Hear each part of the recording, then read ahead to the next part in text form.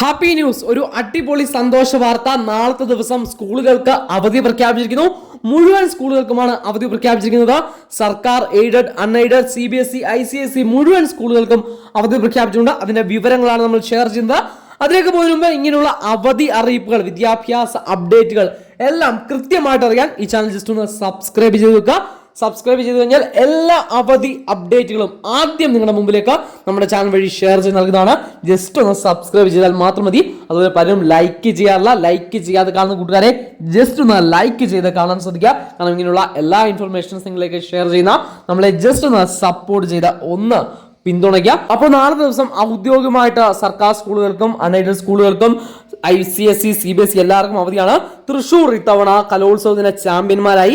അതിന് സന്തോഷ സൂചകമായിട്ട് തൃശൂർ ജില്ലയിലാണ് നാളെ മുഴുവൻ സ്കൂളുകൾക്കും അവധി പ്രഖ്യാപിച്ചുകൊണ്ടുള്ള ഉത്തരവ് ശ്രദ്ധിക്കുന്നത്. അപ്പോൾ തൃശൂർ ജില്ലയിൽ നാളെ സ്കൂളുകൾക്ക് അവധി.